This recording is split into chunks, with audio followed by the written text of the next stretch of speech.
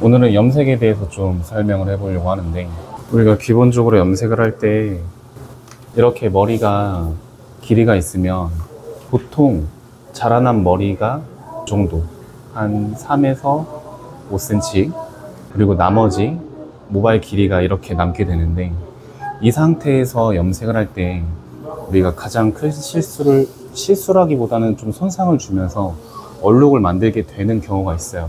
그게 뭐냐면, 여기는 기존에 있던 모발이 아니고 새로 자라난 모발이기 때문에 검은색이겠죠? 검은색? 검정.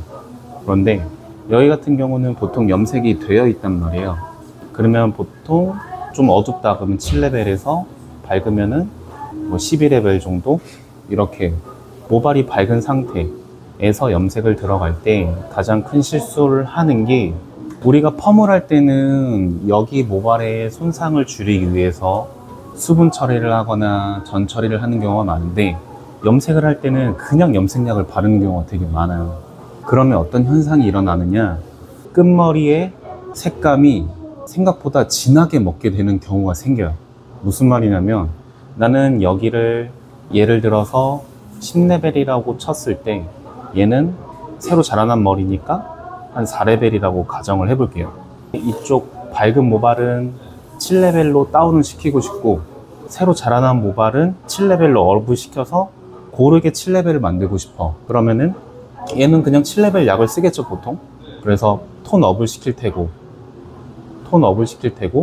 얘는 톤 다운을 시킬 텐데, 여기서 중요한 게, 그냥 염색약을 여기다가 10레벨인 모발 상태에다가 7레벨 염색약을 바르거나 6레벨 염색약을 발랐을 때 손상도에 따라서 끝에 모발이 더 어둡게 나오는 현상이 나타날 수가 있어요.